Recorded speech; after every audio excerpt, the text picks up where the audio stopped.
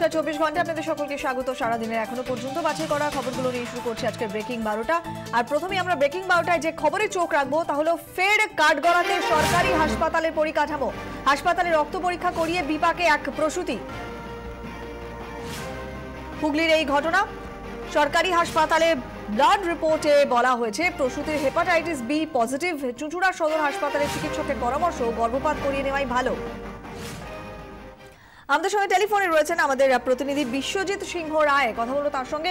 বিশ্বজিৎ, ঠিক কি ঘটনা ঘটেছে সরকারি হাসপাতালে, কিভাবে অসুবিধার মধ্যে পড়তে হয়েছে এই প্রসূতিকে, একটু তোমার কাছ থেকে প্রথমে বিস্তারিতভাবে জানতে চাইবো।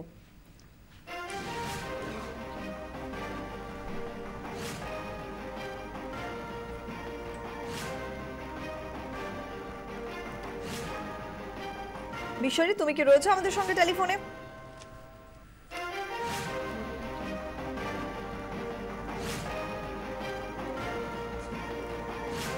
সরকারি চিকিৎসক তিনি পরামর্শ দেন গর্ভপাত করিয়ে নেওয়াই ভালো, কারণ ওই মহিলার সরকারি হাসপাতালে যে পরীক্ষা হয়েছিল সেখানে এসেছিল তার হেপাটাইটিস বি পজিটিভ, এবং তারপরে নিশ্চিত হতে এই মহিলা বিভিন্ন বেসরকারি ল্যাবরেটরিতে একাধিকবার টেস্ট করান। আর প্রত্যেকটি ক্ষেত্রেই এই হেপাটাইটিস বি রিপোর্ট যেটা সরকারি হাসপাতালে এসেছিল সেই রিপোর্ট নেগেটিভ আসে। এরকম ভয়ানক ঘটনা ঘটেছে হুগলির চুঁচুড়াতে। চুঁচুড়ার কামদেবপুর স্বাস্থ্যকেন্দ্রে পিপিপি মডেলে চলা প্যাথোলজিক্যাল ল্যাবরেটরির বিরুদ্ধে এই অভিযোগ উঠেছে। আমাদের সঙ্গে টেলিফোনে রয়েছেন আমাদের প্রতিনিধি বিশ্বজিৎ সিংহ রায়। বিশ্বজিৎ, কবে ঠিক কিভাবে টেস্ট করা হয়েছিল সরকারি এই হাসপাতালে, তোমার কাছ থেকে একটু বিশদে জানতে চাইবো। দেখো, গ্রামীণ স্বাস্থ্য ব্যবস্থা মানে পিপিপি মডেলে যে পরীক্ষা কেন্দ্রগুলো প্রতিটি হাসপাতালে করা হয়েছে সেখানেই প্রাথমিকভাবে যখন উনি নাম লেখাতে যান তখন তার পরীক্ষা করানো হয়, এবং তারপর সেখানে পরীক্ষা করানোর পর সেখান থেকে B positive report, hepatitis B positive report বেরোয়। স্থায়ীভাবেই ওরা খুব দুশ্চিন্তায় পড়ে যায় এবং ওরা সঙ্গে সঙ্গে চুঁচুড়া সদর হাসপাতালে চলে আসে এবং সদর হাসপাতালে ডাক্তারের সঙ্গে কথা বলে তিনিও রূপাদেবীকে জানান যে এই হেপাটাইটিস বি যেটা সত্যিকারই এই মানে গর্ভ অবস্থায় থাকাটা খুবই বিপজ্জনক, এবং সেক্ষেত্রে বাচ্চারও স্বাভাবিকভাবেই সেই এফেক্ট হতে পারে।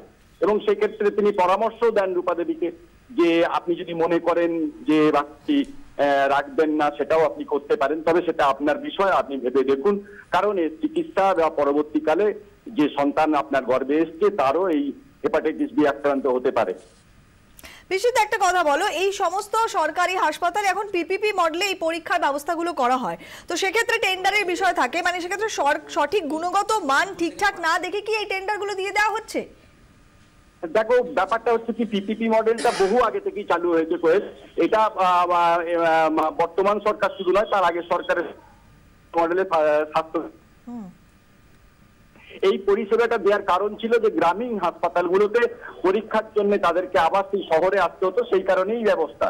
সেই ক্ষেত্রে এতদিন পর্যন্ত তারাই চালিয়ে আসতে, নতুন করে আর কিছু ভাবা হয়নি হয়তো, এবং এক্ষেত্রেও সেই জায়গাতেই পরীক্ষা হয়েছিল। কিন্তু যদি ক্রস চেকটা না হতো কোয়েল, তাহলে কিন্তু একটা বড় বিপদ মানে হয়ে যেত, কারণ সে হয়তো নিরুপায় হয়ে তার বাচ্চাকে নষ্ট করতো। কিন্তু তারা যখন এই বিষয়টা একেবারেই তাই, তুমি যেটা বললে ক্রস চেক না হলে আরো বড় বিপদ ঘটতে পারতো। তুমি আমাদের সঙ্গে থাকো বিশ্বজিৎ, তোমার কাছে ফিরছি।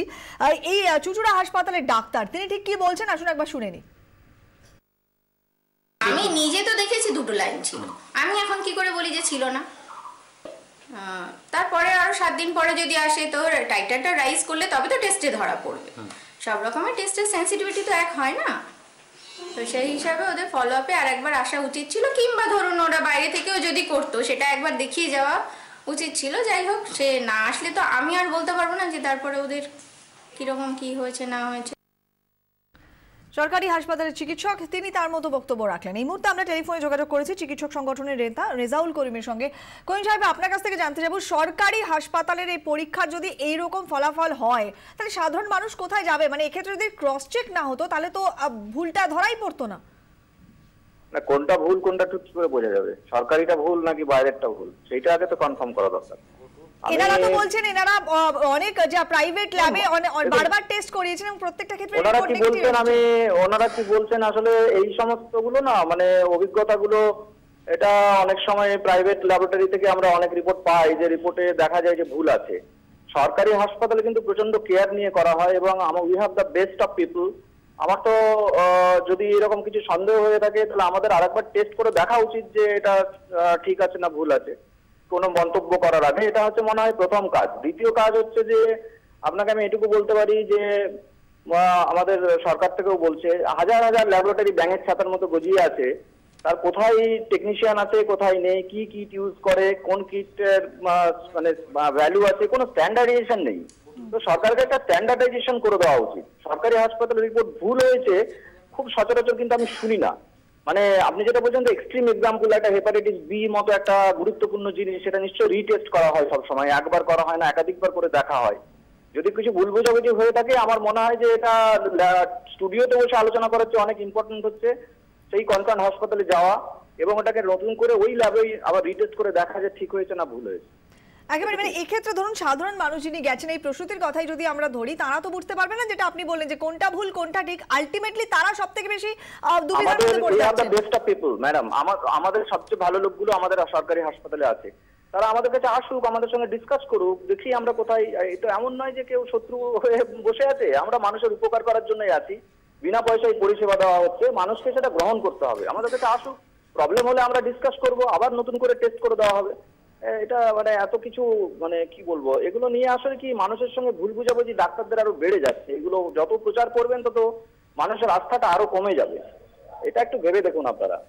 মানে এক্ষেত্রে আপনি বলছেন যদি একবার টেস্ট হতো, তিনি যদি অন্য জায়গায় না যেতেন তাহলে একেবারে সরকারি হাসপাতালে কি এরকম গুরুত্বপূর্ণ টেস্টগুলো দুবার করে অন্তত করা উচিত? আপনার ঠিক কি মনে হয়? মতো কেন, হেপাটাইটিস বি, এইচআইভি এই সমস্ত ক্ষেত্রে সবসময়ই আমরা পেশেন্টকে বলি ফলো আপে থাকুন, আবার টেস্ট করে দেওয়া হয়, একাধিকবার টেস্ট করা হয়। এটার কতগুলো পিরিয়ড আছে যে কোন টেস্টটা কখন পজিটিভ হবে, অনেকগুলো অ্যান্টিজেন আছে, কোন অ্যান্টিজেনটা কখন পজিটিভ হবে তার কতগুলো টাইম ফ্রেম আছে। ন্যাচারালি এগুলো সবসময় রিপিট করা হয়। ওনারা আমাদের কাছে এসে সেকেন্ড টাইম করাতে পারতেন, সেটাই মনে হয় সব দিক থেকে ভালো হতো। অনেক ধন্যবাদ রেজাউল শর্মার কথা বললাম চিকিৎসক সংগঠনের নেতা রেজাউল করিমের সঙ্গে।